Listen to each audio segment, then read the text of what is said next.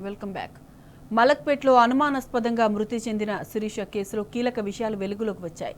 శిరీషను భర్త వినయ్ హత్య చేసినట్లుగా తేలింది.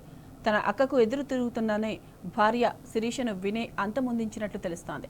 మొదట శిరీషకు మత్తుమందు ఇచ్చిన వినయ్ ఆ తర్వాత స్పృహ కోల్పోగానే ఊపిరాడకుండా చేసి హత్య చేశాడు.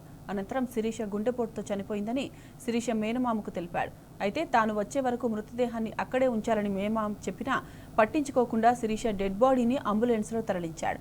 సీసీ కెమెరాల ద్వారా అంబులెన్స్ని ట్రేస్ చేసిన మేనమామ దోమలపెంట వద్ద అడ్డుకున్నాడు. మృతదేహాన్ని ఆసుపత్రికి తరలించి పోస్టుమార్టం చేయగా శిరీష హత్యకు గురైనట్లు నిర్ధారణ అయింది.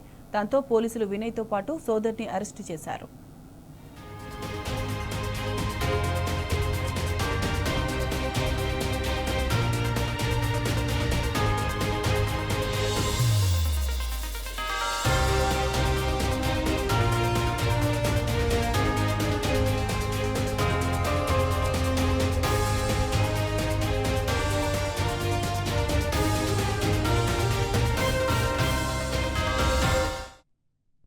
మలక్పేట్లో అనుమానాస్పదంగా మృతి చెందిన శిరీష కేసులో కీలక విషయాలు వెలుగులోకి వచ్చాయి. శిరీషను భర్త వినయ్ హత్య చేసినట్లుగా తేలింది. తన అక్కకు ఎదురు తిరుగుతుందనే భార్య శిరీషను వినయ్ అంతమొందించినట్టు తెలుస్తోంది. మొదట శిరీషకు మత్తుమందు ఇచ్చిన వినయ్ ఆ తర్వాత స్పృహ కోల్పోగానే ఊపిరాడకుండా చేసి హత్య చేశాడు. అనంతరం శిరీష గుండెపోటుతో చనిపోయిందని శిరీష మేనమామకు తెలిపాడు.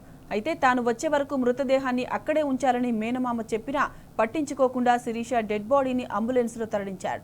సీసీ కెమెరాల ద్వారా అంబులెన్స్ని ట్రేస్ చేసిన మేనమామ దోమలపెంట వద్ద అడ్డుకున్నాడు. మృతదేహాన్ని ఆసుపత్రికి తరలించి పోస్టుమార్టం చేయగా శిరీష హత్యకు గురైనట్లు నిర్ధారణ అయింది.